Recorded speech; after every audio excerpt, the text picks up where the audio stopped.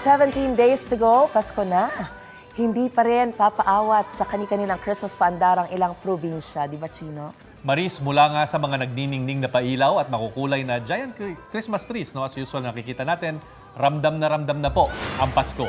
Dinagsa ng mga taga-Hermosa Bataan ang lighting ceremony doon. Napuno ng white Christmas lights at parol ang munisipyo at plaza, maging ang Hermosa Church.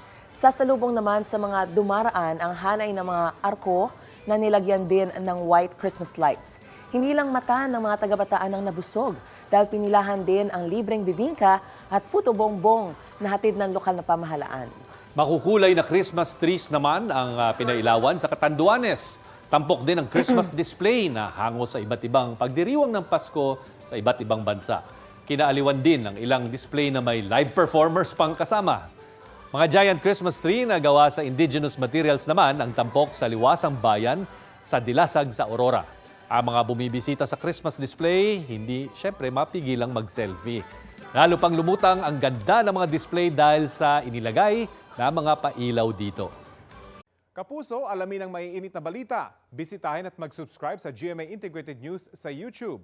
Sa mga kapuso abroad, samahan nyo kami sa GMA Pinoy TV at sa www.gmanews.tv.